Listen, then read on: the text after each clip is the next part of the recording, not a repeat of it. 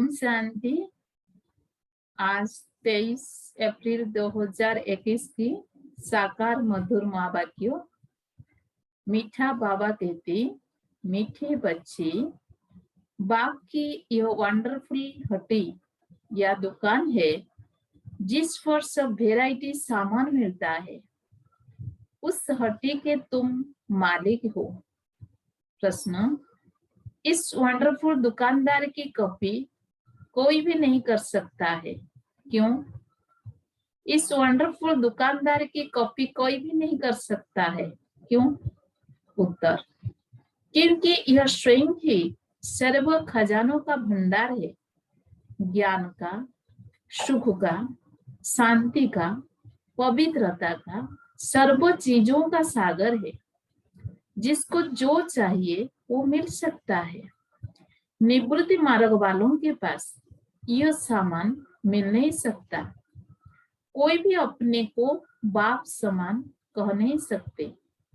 गीत, तुम्हें पाके हमने जहान पा लिया, जमीन तो जमीन सारा आसमान पा लिया।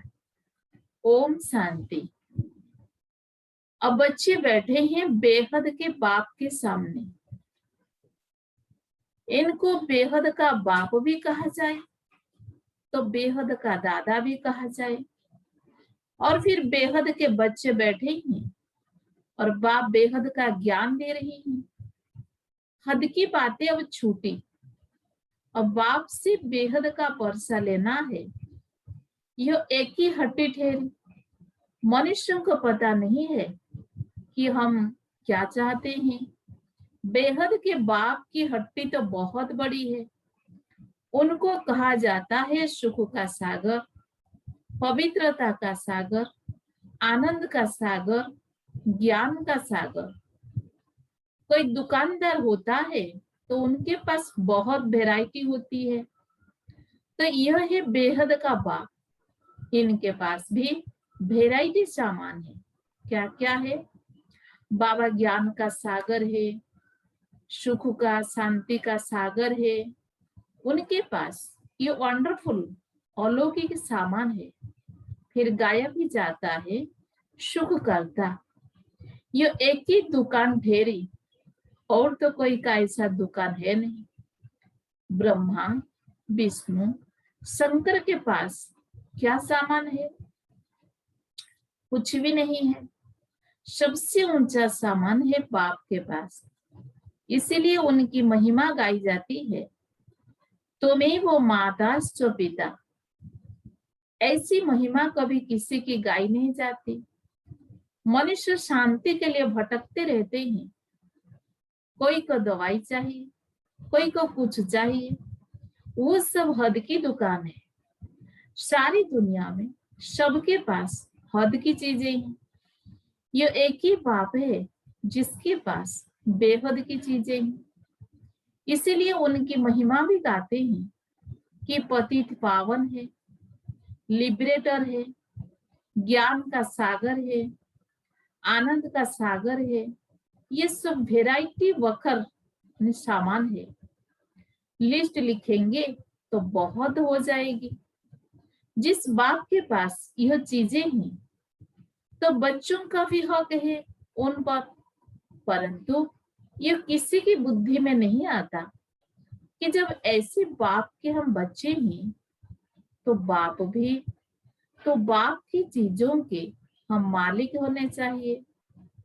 बाप आते भी है भारत में। बाप के पास जो सब चीजें हैं वो जरूर ले आएंगे। उनके पास लेने लिए तो जा नहीं सकते।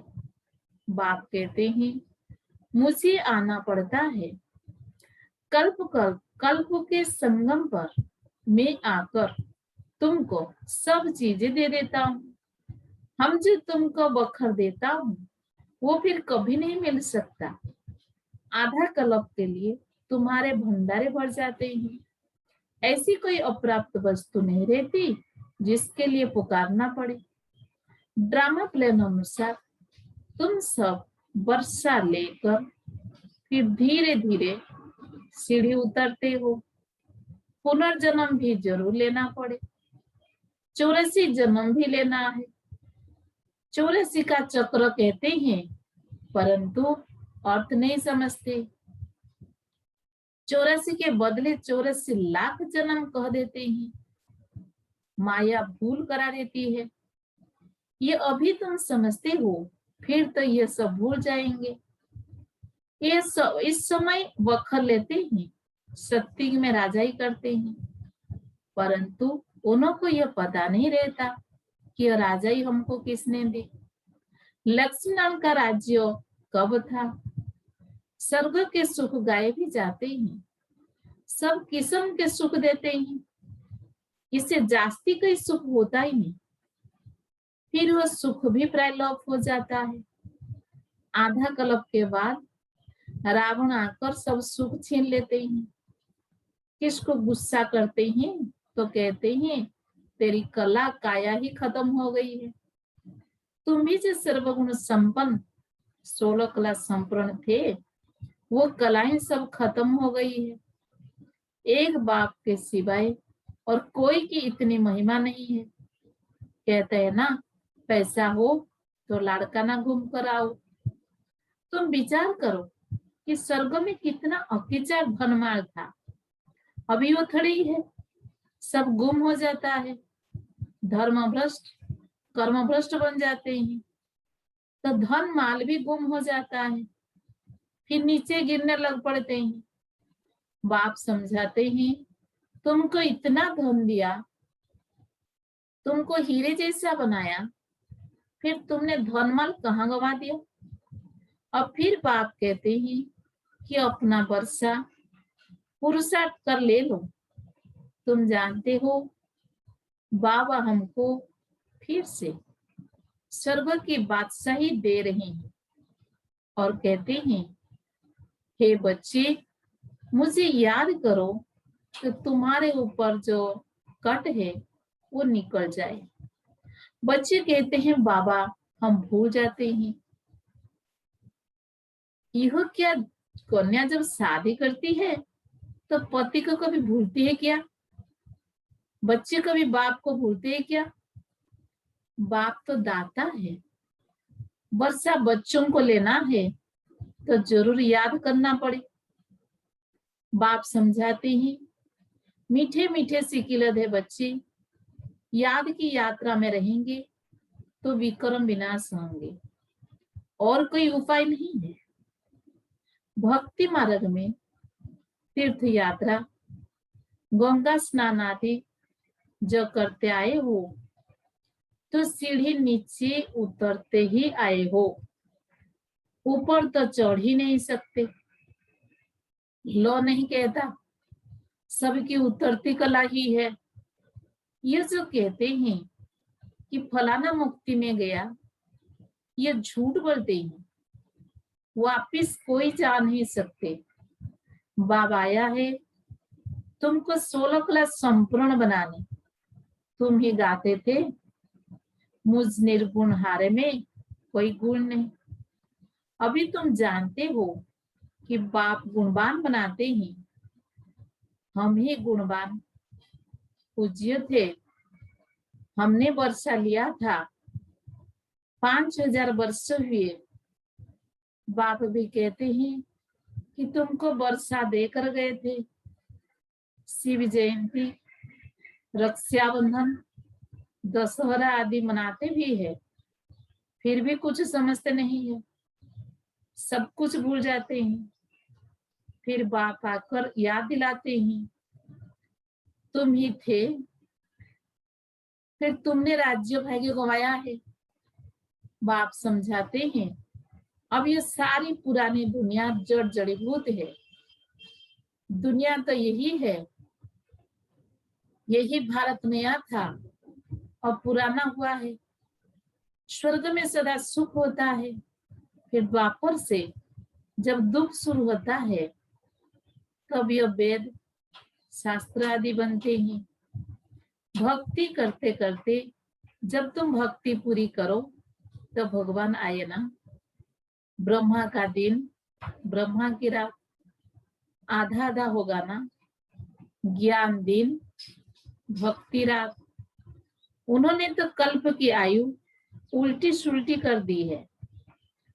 तो पहले पहले तुम सबको बाप की महिमा बढ़ सुना। बाप ज्ञान का सागर, शांति का सागर है।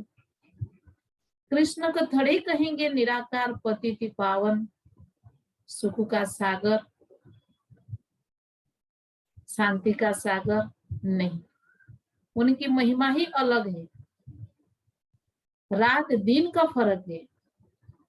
शिव को कहते ही है बाबा, कृष्ण बाबा अक्षर ही नहीं सोचता। कितनी बड़ी भूल है। फिर छोटी छोटी भूलें करते 100% भूल गए हैं। बाप कहते हैं सन्यासियों से कभी यह सौदा मिल न सके, वो है ही निवृत्ति मार्ग के। तुम हो प्रवृत्ति मार्ग वाले, तुम संपूर्ण निर्विकारी थे। वाइसलेस वर्ड थी, यह है विशेष वर्ड। फिर कहते क्या सत्युग में बच्चे पैदा नहीं होते? वहां भी तो विकार था। अरे वो है ही संपूर्ण निर्विकारी दुनिया, संपूर्ण निर्विकारी, फिर विकारी हो कैसे सकते? इस सत्युग में सब इतने मनुष्य हो, यह कैसे हो सकता? वह इतने मनुष्य थोड़े ही होते। भारत के सिवाय और कोई खंड नहीं होंगे। वो कहते भी है हम मान नहीं सकते, वहां इतने मनुष्य थोड़े ही होते हैं। भारत के सिवाय और कोई खंड नहीं होंगे। वो कहते भी है हम मान नहीं सकते। दुनिया तो सदैव भरी हुई रहती है, कुछ भी समझते नहीं है। बाप समझाते हैं कि भारत गोल्डन एज था, अब तो आयरन एज, पत्थर बुद्धि है। अब तुम बच्चों ने ड्रामा को समझ लिया है। गांधी आदि सब राम राज्य चाहते थे, परंतु दिखाते हैं कि महाभारत लड़ाई लगी, बस फिर खेल खत्म। फिर क्या हुआ? कुछ भी दिखाया नहीं है।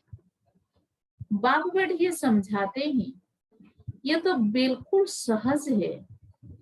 शिव जयंती मनाते हैं तो जरूर शिव बाबा आते हैं, वो है हेवनली गॉडफादर, तो जरूर हेवन के गेट खोलने आएगा। आएंगे भी तब जब हेल होगा।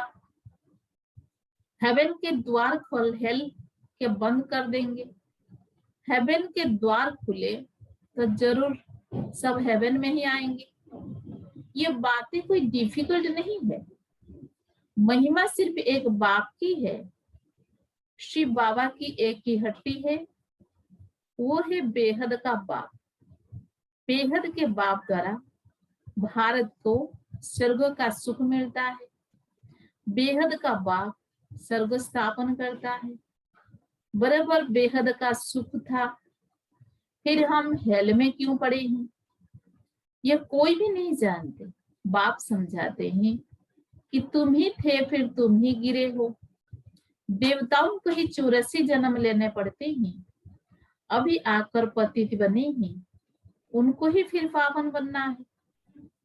बाप का भी जन्म है तो रावण का भी जन्म होता है, यह किसी का भी पता नहीं।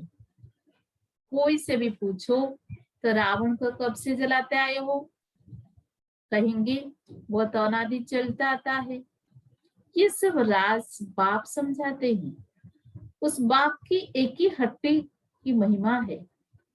सुख, शांति, पवित्रता मनुष्य से मनुष्यों को नहीं मिल सकती। सिर्फ एक को थोड़ी शांति मिल सकती थी, सिर्फ एक को थोड़ी शांति मिली थी। ये झूठ बोलते हैं कि फलाने से शांति मिली। अरे शांति तो मिलती है शांति धाम में। यहाँ तो एक को शांति होगी, फिर दूसरा अशांत करेंगे तो शांति में रह ना सके। सुख, शांति, पवित्रता सब चीजों का व्यापारी एक ही शिव बाबा है। उनसे कोई आकर व्यापार करे उनको कहा ही जाता है सौदागर। पवित्रता, सुख, शांति, संपत्ति सब कुछ उनके पास है।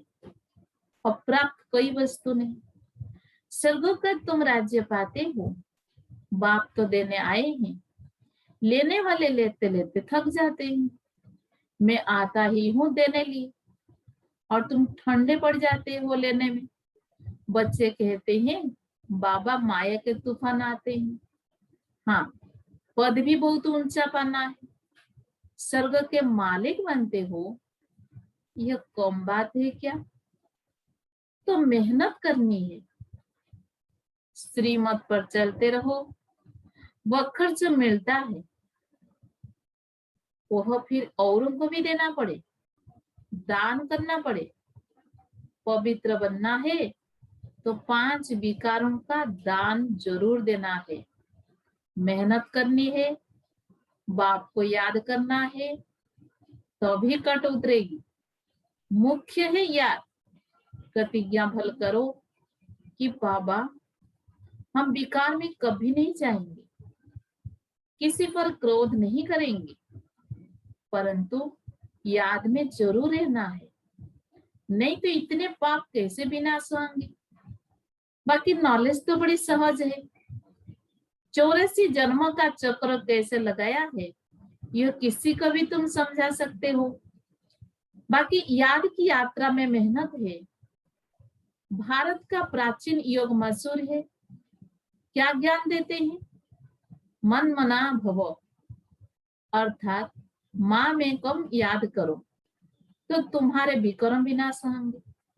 तुम गाते भी थे कि आप जब आएंगे तो और संग तोड़ एक संग जड़ेंगे, तुम पर बलिहार जाएंगे, तेरे सिवाय और कोई को याद नहीं करेंगे। प्रतिज्ञा की है, फिर भूल क्यों जाते हो? कहते भी है हाथ काट दे दिल याद दे। कर्मयोगी तो तुम हो। धंधा आदि करते बुद्धि बाप से लगाना है। मासूम बाप खुद कहते हैं तुम आशिकों ने आधा कल्प याद किया है, अब मैं आया हूँ, मुझे याद करो। ये याद ही घड़ी घड़ी भूल जाते हैं। इसी में ही मेहनत है। कर्मातीत अवस्था हो जाए तो फिर यह शरीर ही छोड़ना पड़े। जब राजधानी स्थापन हो जाएगी तब तुम कर्मातीत अवस्था को पाएंगे। अभी तो सभी पुरुषार्थी है, सबसे जास्ती मम्मा बाबा याद करते हैं। सूक्ष्म वतन में भी वो देखने में आते हैं। बाप समझाते हैं मैं जिसमें प्रवेश करता हूँ वो बहुत जन्म के अंत वाला जन्म है। वो भी पुरुषार्थ कर रहे हैं। कर्मातीत अवस्था में अभी कहीं पहुंचा नहीं सकते, अभी कहीं पहुंच नहीं सकते। कर्मातीत अवस्था आ जाए तो फिर यह शरीर रह नहीं सकता। बाबा तो बहुत अच्छी रीति समझाते हैं, अब समझने वालों की बुद्धि पर है। हेवेली गॉडफादर एक ही है, उनके पास ही ज्ञान का सारा वखर है, वही जादूगर है। और कैसे सुख शांति पवित्रता का वर्षा मिल न सके। बाप बहुत अच्छी रीति समझाते हैं बच्चों को धारण कर और धारणा कराना है। जितना धारणा करते हैं उतना वर्षा लेते हैं। दिन प्रतिदिन बहुत तरावटी माल मिलता है। लक्ष्मी नारायण देखो कितने मीठे हैं, उन जैसा मीठा बनना चाहिए। अच्छा, मीठे मीठे सिकिलधे बच्चों प्रति माता पिता बाप दादा का याद प्यार और गुड मॉर्निंग। रूहानी बाप की रूहानी बच्चों को नमस्ते। और कोई भी सत्संग में ऐसे कहते हैं क्या? यह हमारी बिल्कुल ही नई भाषा है जिसको स्पिरिचुअल नॉलेज कहा जाता है। अच्छा, हम सभी रूहानी बच्चों की रूहानी बाप दादा को भी याद प्यार गुड मॉर्निंग, नमस्ते नमस्ते नमस्ते। धारणा के लिए मुख्य सार। नंबर 1, बाप तरह जो सुख, शांति, पवित्रता का वखर मिला है, यानी सामान मिला है, वो सबको देना है। पहले विकारों का दान दे, पवित्र बनना है।